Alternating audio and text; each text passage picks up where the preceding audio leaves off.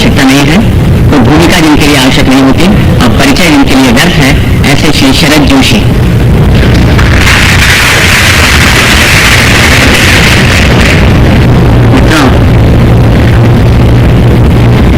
जब मैं एक चिट्ठी कहीं पोस्ट करता हूं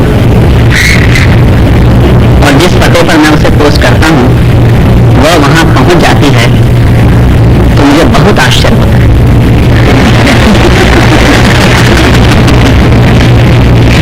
कोई मुझे चिट्ठी लिखता है, वो चिट्ठी मुझ तक आ जाती है तो भी मुझे बहुत आश्चर्य होता है कि इस देश में जहां कुछ काम ठीक से नहीं हो रहा, वो चिट्ठी कैसे आ गई। तो इस पर मैंने एक बार बहुत गहराई से विचार किया और ये रचना आपको सुना रहा हूं। पोस्ट ऑफिस जो चले आ रहे हैं, अगर हिंदुस्तान की आजादी के बाद हम पोस्ट ऑफिसों का निर्माण करते तो वे कैसे होते, इसकी पूरी कल्पना इसमें है। अंग्रेज जब गए वे अपने पोस्ट ऑफिस यहीं छोड़ गए।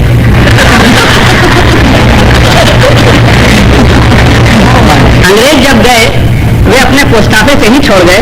ये उनका हम पर कोई कम एहसान नहीं, अरे उनका यही क्या कम एहसान है कि उन्होंने हमारे देश में पोस्ट ऑफिस बनवा तो दिए, न बनवाते हम उनका क्या कर लेते। खैर वह न बनवाते तो आजादी के बाद हम बनवाते। गरीबी हटाने के लिए, समाजवाद के लिए, प्रजातंत्र के लिए, संपूर्ण क्रांति के लिए या जो भी नारा हो, पोस्ट ऑफिस अत्यंत आवश्यक है। आजादी आती तो हम पोस्ट ऑफिस बनवाते, मगर वे पोस्ट ऑफिस ऐसे नहीं होते जैसे आजकल है कि लिखी चिट्ठी डाली और पहुंच गई। नहीं, हम ऑफिस होते हैं।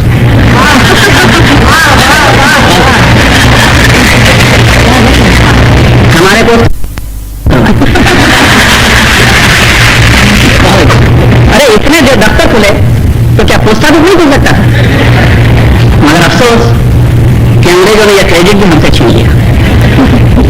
मैं कई बार सोचता हूं कि आजादी के बाद पोस्ट ऑफिस खुलते तो वे कैसे होते। होता यूं कि पहली पंचवर्षीय योजना में दिल्ली, बंबई, मद्रास और कलकत्ता में पोस्ट ऑफिस खुल जाते।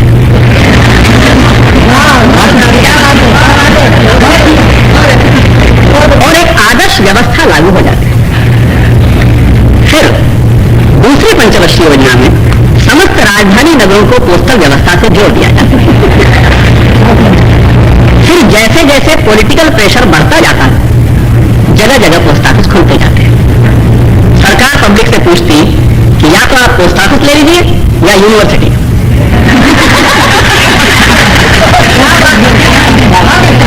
सरकार पब्लिक से पूछती कि या तो आप पोस्ट ऑफिस ले लीजिए या यूनिवर्सिटी। लोग कहते पहले पोस्ट ऑफिस दीजिए, क्योंकि चिट्ठी भेजने की सुविधा नहीं होगी तो पंडित का क्या करेंगे।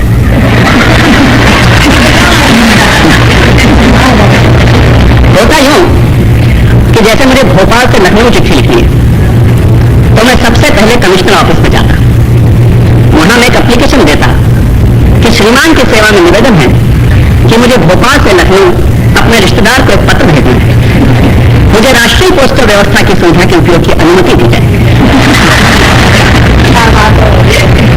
डिप्टी कलेक्टर इंचार्ज मेरे आवेदन को पढ़ता, ऊपर से नीचे तक मेरी ओर देखता और फिर डांट कर कहता, क्या जरूरत है पत्र भेजने की, बिना भेजे नहीं रह सकते, गवर्नमेंट के पास और काम नहीं है आपकी चिट्ठियां भेजने का।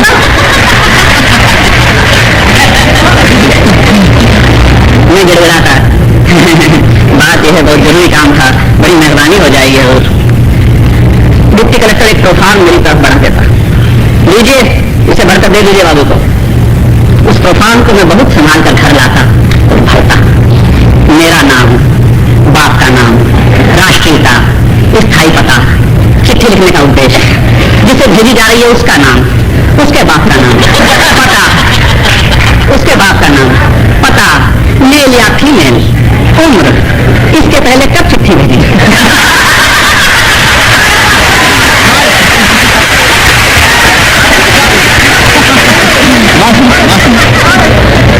मेल या फीमेल, उम्र, चिट्ठी भेजी थी उसकी तारीख और चरित्र का प्रमाण पत्र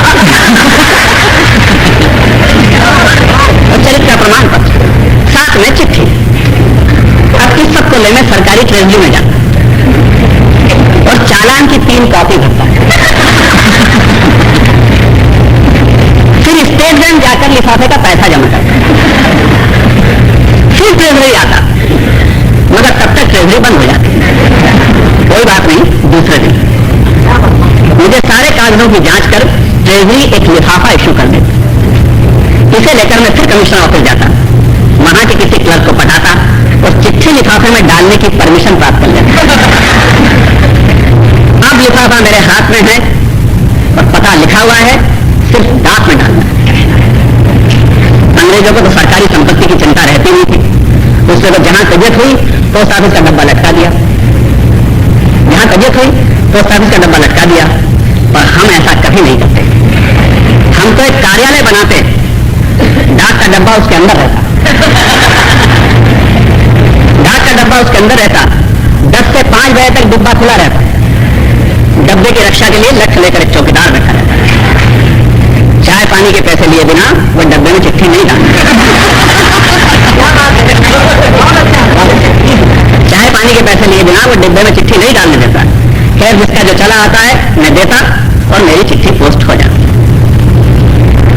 मैं घर आकर पत्नी से कहता, अपना लेटर पोस्ट हो गया। वो कितनी खुश होती है जानकर, आप कल्पना कीजिए। मोहल्ले पहचान वालों को पता चलता कि हमारी चिट्ठी पोस्ट हो गई, सुनते तो जल जाते।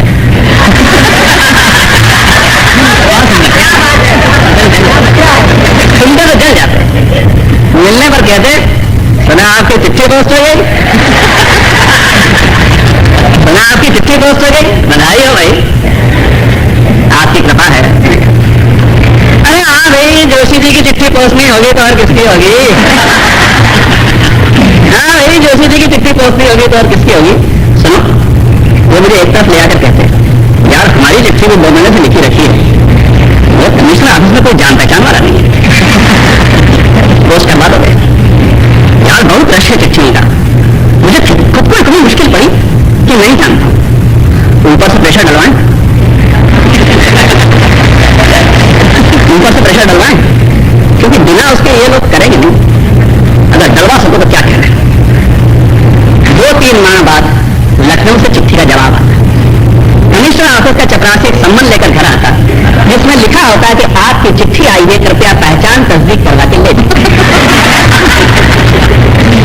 मैं 2 गजेटेड ऑफिसर से यह प्रमाणित करवा कि मैं शरद जोशी हूं और शरद जोशी के अलावा कुछ नहीं हूं।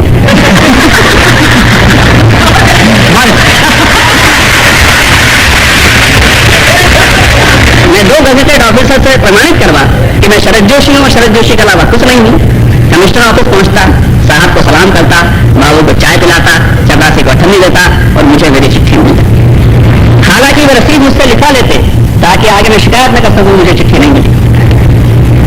चलिए, बहुत बहुत धन्यवाद, चिट्ठी पोस्ट हो गई, जवाब आ गया, इससे अच्छा और क्या हो सकता है?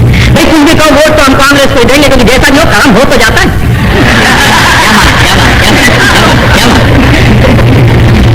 कितना संतोष होता है काम पूरा हो जाने पर। अंग्रेजों को इसका महत्व ही नहीं पता था, उन्हें क्या चिंता हमारे संतोष की। पर जब राष्ट्र पर संकट पड़ता, आंतरिक और बाह्य संकट, जब देश के दुश्मन पोस्टल व्यवस्था का लाभ लेने लगते, फासिस्ट और कांग्रेस विरोधी ताकतें चिट्ठियां लिखकर राष्ट्र में अफवाहें फैलाने लगती है, तब हमारे नेता तुरंत इमरजेंसी लगाते और दूसरे ही दिन राष्ट्रपति के अध्यादेश द्वारा पोस्टल व्यवस्था के निजी अथवा सार्वजनिक दुरुपयोग पर बंदिश लग जाती। तब हमारी प्रधानमंत्री आकाशवाणी से राष्ट्र के नाम संदेश प्रसारित करते हुए कहती, हमें बहुत अफसोस है यह जानकर और आपको यह बताते हुए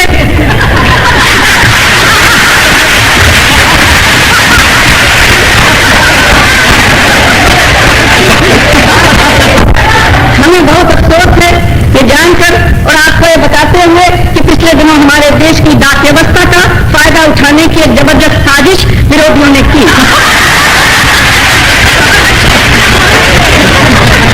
इनका मकसद था, मैं कहूंगी कि गहरी चाल थी उनकी, जिसमें कहना न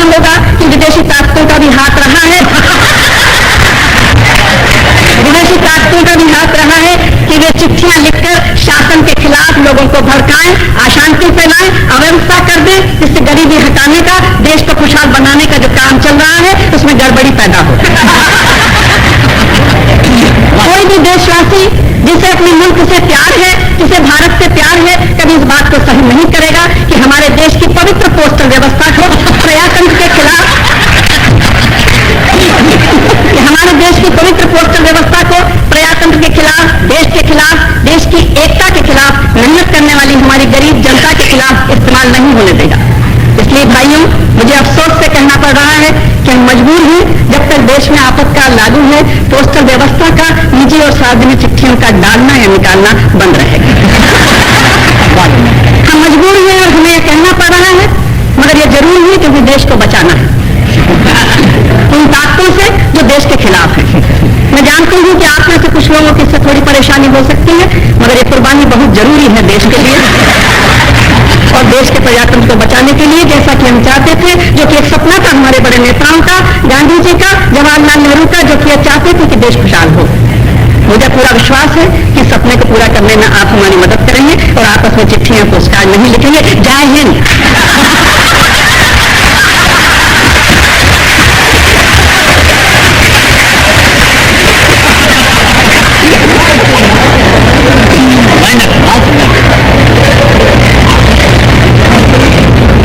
मैं सोचता हूं कि कितना अच्छा हुआ कि मेरे देश में पोस्ट ऑफिस बनाने का काम अंग्रेजों के समय हो चुका था। यदि आजादी के बाद बनते तो उसकी व्यवस्था इतनी भ्रष्ट होती कि गरीब आदमी कभी कभी चिट्ठी नहीं भेज पाता। चिट्ठियां भेजना अमीरों का काम होता, उनका स्टेटस सिंबल होता। सरकार जब चाहती पोस्ट बॉक्स के पास बंदूकधारी सिपाही खड़ा कर देती और दूर खड़े हम टुकर टुकर